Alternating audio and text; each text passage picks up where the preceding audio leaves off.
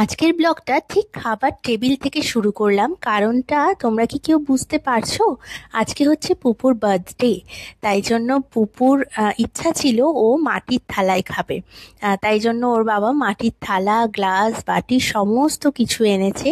আর মেনুতে কি কি আছে এই যে দেখো, ইলিশ মাছ, আর হচ্ছে 5 রকম ভাজা, ডাল, আর হচ্ছে মাটন, আর তার সাথে হচ্ছে সাদা ভাত। এই হচ্ছে পুপুর স্পেশাল বার্থডে মেনু। আজকে বিশেষ কিছু করার ইচ্ছা ছিল, কিন্তু পুপুর ইচ্ছা নেই, যে বলছে মা আমি কেকও কাটবো না, কেক কাটতে আমার ভালো লাগে না তেমন, তুই একটু পায়েস করে দে। তো মাকে বলেছে শিলা তুমি পায়েস করে এনো। তো চলো খেয়ে নি। রেডি হয়ে নিয়েছি এখন, পুপু কেক টেক কাটবে।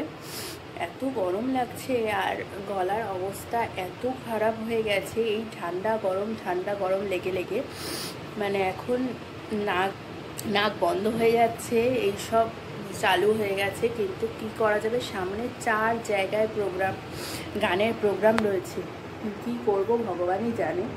মানে এই যে কথা বলছি ভীষণ কষ্ট হচ্ছে, এখানটা জানি না কি করব, দেখা যাক। চলো একটু কেকটা কাটবে, তোমাদেরকে দেখাবো। মারাও চলে এসছে।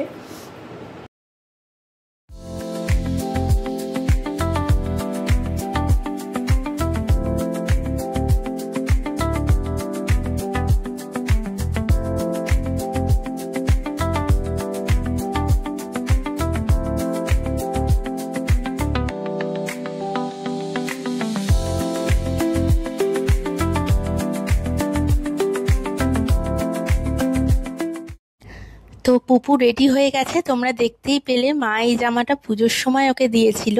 পুজোর সময় প্রচণ্ড গরম থাকার কারণে এই জামাটাও পরে উঠতে পারিনি, পরেছিল, পরে আবার সেটা ছেড়ে ফেলেছিল। তো তাই জন্য আজকে বার্থডের দিন বললাম শিলার জামাটাই পর। এখানে কেকও নিয়ে এসছে ওর বাবা, আর মিষ্টি আনতে চেয়েছিল কিন্তু ও বলেছে না আমি ফল নেব। তো তাই জন্য তরমুজ, আঙুর এগুলো এনেছে, ওর প্রিয় ফলগুলো। আর নিজেই নিজের এখন বার্থডের ক্যান্ডেল জ্বালাচ্ছে দেখো। এইবার ও কেকটা কাটবে। আর প্রত্যেক বছর ওর জন্মদিনে আমি 2টো করে ঘিয়ের প্রদীপ বা একটা বড় ঘিয়ের প্রদীপ প্রত্যেক বছর দিই। এই বছর 2টো ঘিয়ের প্রদীপ জ্বালানো হয়েছে। সেই প্রদীপটা কখনো নেভায় না, আমি নেভাতে দিই না, কারণ মোমবাতি বা প্রদীপ নিভিয়ে কোনোদিনই উন্নতির পথে আমরা এগিয়ে যেতে পারি না, সেটা জ্বালিয়েই আমরা উন্নতির দিকে এগাই। তাই জন্য আর এই ওর বাবা যেহেতু এই ক্যান্ডেলগুলো এনেছে, তাই জন্য ওইগুলো জ্বালিয়ে দিয়েছে, ওগুলোতে ও ফু দেবে। কিন্তু এই প্রদীপ 2টো জ্বলবেই, এটা ঠাকুরের সামনে সারা রাত আমি জ্বালিয়ে রেখে দিই ক্যান্ডেলটা। Happy birthday to you, happy birthday to you, happy birthday to you, happy birthday to you. বাবা এত জ্বলছে রে, আমার অনেক দিন আয়ু, আমার অনেক দিন আয়ু। ভালো তো, এই এত জ্বলে না তো রে তোমার? একবারে সব ফু দিয়েছি। দাঁড়া দাঁড়া, প্রদীপটাই ফু দেবে না।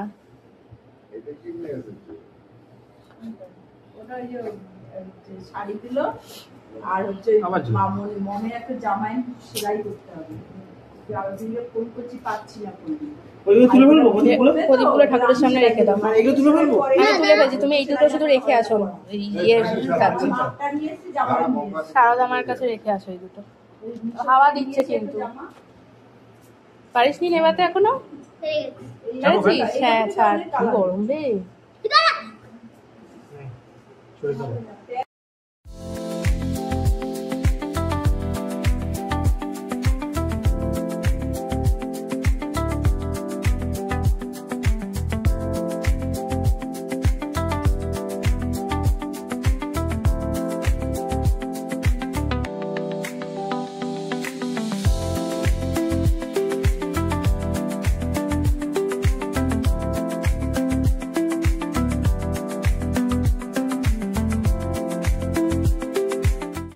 দিদি এদিকে কেক কাটছে, আর এই যে বাজির ভয়েতে, বাজির এত আওয়াজ চারিদিকে, সেই ভয়েতে সে সোফার তলায় ঢুকে অসহায়ভাবে বসে রয়েছে।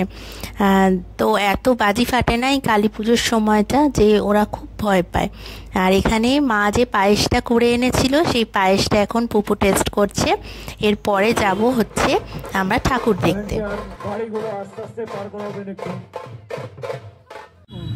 14 শাক প্যান্ডেল গাইস, এই দেখো 14 শাক, এই দেখো 14 শাক, হ্যাঁ দেখেছি ভেতরেও 14 শাক ঝোলানো। ঠাকুরটা এসে দেখছি গোল প্রিন্টের শাড়ি পরে গড়িয়াহাটের মোড়ে। তুই মাকে নিয়ে পুপু, আমি, মম আর বাবাই তো গাড়ি চালাচ্ছে। এই কজন মিলে আমরা বেরিয়ে পড়েছি আমাদের এলাকার ঠাকুরগুলো দেখতে, কারণ এরপরে ভাইফোঁটা চলে আসবে আর টাইম হবে না দেখার। তারপরেই আমরা ব্যস্ত হয়ে পড়বো নানা কাজে, ওই জন্য। আর এখানে আমি না ভয় পেয়ে গেছি হট করে। ওই যে দূরে ওই ভূতের মতো কি একটা করেছে। আর এটা হচ্ছে এই প্যান্ডেলটার মানে ক্লাবটার নাম হচ্ছে মহাবীর ক্লাব। এই প্যান্ডেলটা প্রত্যেকবারই সুন্দরই করে, বেশ অনেকটা জায়গা নিয়ে তো। আর মেলাটা এবারে দেখছি এই ডান দিকে বসায়নি, ওই দিকে সব বাঁ দিকের পিছন দিকে বসিয়েছে মেলাটা। আর ভীষণ সুন্দর করেছে ভেতরটা, একটু ডি প্যাটার্ন মতন। এবারের আমাদের চত্বরে দেখছি বেশিরভাগ যে হাফ হাফ প্যান্ডেল, মানে এই যে ডি প্যাটার্নের প্যান্ডেলই বেশি দেখছি, বা হাফ প্যান্ডেলগুলো। আগে যেরকম প্যাটার্নের প্যান্ডেল হতো না সেই রকম প্যান্ডেল এবারে আর আমাদের এই এলাকায় মানে ব্যারাকপুরের এলাকায় আর করেনি এবারে, আমাদের দিকটা আর কি। কিন্তু ঠাকুরটা ভীষণ সুন্দর করেছে। আমাদের ফার্স্ট প্যান্ডেল দেখা কমপ্লিট। এবার সেকেন্ড প্যান্ডেলে এসেছি, সেই হাফ মতো মনে হচ্ছে, ভেতরটাও সেই হাফ মতোই হবে। কেন জানি না এই বছর আমাদের এই এলাকার ব্যারাকপুরের এই আমাদের দিকটা কেন এরকম হাফ হাফ প্যান্ডেল করেছে। যদি কেউ জেনে থাকো আমাকে কমেন্ট করে জানিও তো। ঠিক বুঝতে পারছি না ব্যাপারটা, অনেক একই ধরনের প্যাটার্নগুলো করেছে আর কি। তবে বারাসাতের পুজো দেখলাম ভীষণ সুন্দর, ইউনিক ইউনিক প্যান্ডেল হয় প্রত্যেক বছর আর কি। আমি যবে থেকে যাই জানি। এটা থার্ড প্যান্ডেল আমাদের। তো যাই হোক, পুজো সবার খুব ভালো কাটছে আশা করি।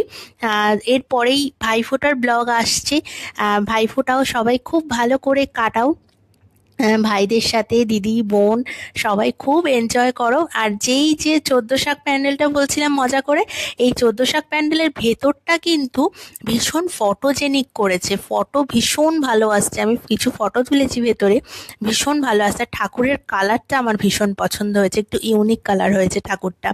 এইবার যাব বাড়ি, কারণ অনেকটা রাত হয়ে গেছে। সেই সকাল থেকে চলছে পুপুর জন্মদিন, তারপরে ঘোরাফেরা লেগেই আছে সমস্ত কিছু। আর এই দেখো আমার নামটা কত